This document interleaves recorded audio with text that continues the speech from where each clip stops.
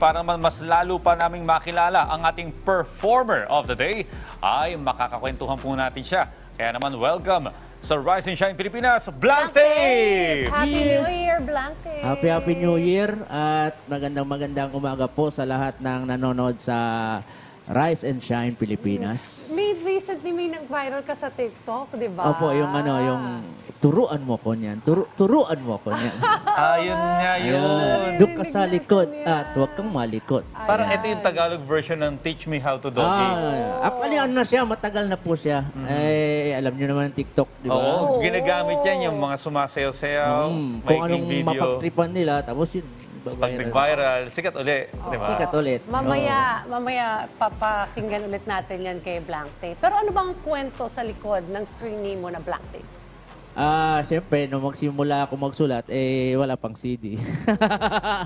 Kaya, Kasi tape pa lang. lang, oo. At saka, parang BT, mula sa pinanggalingan kong lugar na Baliwasan, Tabuk. Yung BT. Okay. So, pinagsama ko na lang para maging pangalan ng tao, imbis na iwalay, Blank Tape. Pinagsama ko na lang. Mas madali pating tandaan, ano? At may saka, recall kumbaga, siya eh. useful siya, di ba? Nung araw, palitan mo ng kanta, tapos lagyan mo ng bago. Oo. So taga doon ka pala sa BT. Opo, taga doon yung barangay ko. So, ako ay from Zamboanga City. So, Buenos Dias, con ustedes todo. Zamboanga City. Ayun. Pero matagal-tagal na rin si Blank Tape, ano? Dahil ilang dekada na napapakinggan ka na Sa namin. kapila pa lang ito. Dekada, grabe. Pero so far, ano po yung pinaka-memorable, hindi mo malilimutan na experience habang nagpe-perform ka? Ay, wala pa akong album noon eh. Sumama ako sa mga kaibigan kong dancer. Uso pa yung dance contest noon eh. Kapanahon na ng mga Street Boys, UMD. So, sumama ako and then nag-intermission number ako.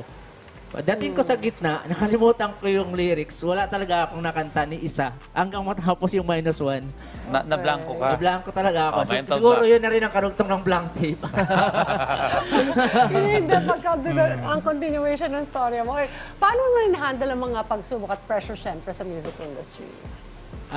Wala. Sa akin, basta gumawa lang ako ng alam kong ikakasaya ng mga tao. Kasi gano'n naman talaga ang buhay eh. Kahit gumawa ka ng masaya, ang tao, pag ayaw sa'yo, ayaw talaga sa'yo. Pag Pero gusto ka naman, kahit wala kang ginagawa, gusto ka na talaga. Saan ka usually nagpe-perform ngayon? Ako po, kadalasan mga out of town, mga event. Hindi po kasi kami, like ako, hindi naman po ako as in maganda yung boses as singer. Ay, hindi, maganda boses hindi ako mo, po pwesto. Ibig sabihin, wala ako yung parang bar, gig na every ganito, nandiyan ako, wala. So, tawagan nyo lang ako. More on events? Opo, events. Local and abroad? Kahit saan. Basta kailangan nila ako. Kailangan nila papasaya sa kanilang birthday. Ganyan. Makakulit yung mga songs Kaya nga eh, Masaya, yung parang masaya lang tayo. gaan ng loob. Pwede ba kami makahingi ng sample? Okay, magsasample ako. Ito, ano bang araw ngayon? Tuesday? Ito, simple lang. Sabi ko, Nay, sa Tuesday, pupunta kami lahat sa birthday. Happy birthday sa'yo. Thank you. Di ba? Ang galing Tama ba, sir? Ang kulit ng kanyang Yan, simple lang siya. Ang witty niya, Tsaka ang kulit ng mga lyrics. Usually, napapakinggan ko sa mga jeep yung mga awitin ni Blank Tape. Pang jeep, bus, taxi. Oo, pampasaya. Para yung boring na biyahe nagiging masaya. Sagad na tayo sa problema. Yung mga binabalita nyo, karamihan doon, di ba? Pero karamihan naman, good vibes. Ano naman ang advice mo sa mga aspiring artists out there?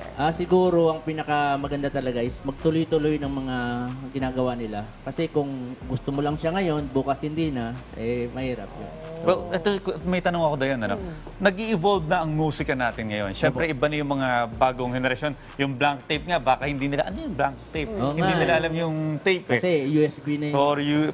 Puro digital na ngayon Kaya nga. So, paano ka mag-a-adapt sa panahon ngayon, sa Innovate. bagong audience? Ako naman, kung ano yung medyo in ngayon, yun ang sinasabayan kong isulat. Kung hindi man para sa sarili ko, para sa mga ibang artist o artista. Alright. Well, sana this year, makarinig ulit kami ng mga Meron akong sinulat single. kay yung si Asian Cutie. Ngayong January ilalabas. Ang title ay bakit ang cute-cute ko? Bakit ang cute-cute ko? Sinagad ko na. Total siya yung Asian cutie. So, sinagad ko na. Parang ang tanong, bakit ba ang cute-cute niya? So, Okay, well, Blank Tape, thank you for Maraming coming salamat, by ah. sa Rise and Maraming Shine salamat. Pilipinas at Happy New Year sa'yo. All the best for 2024.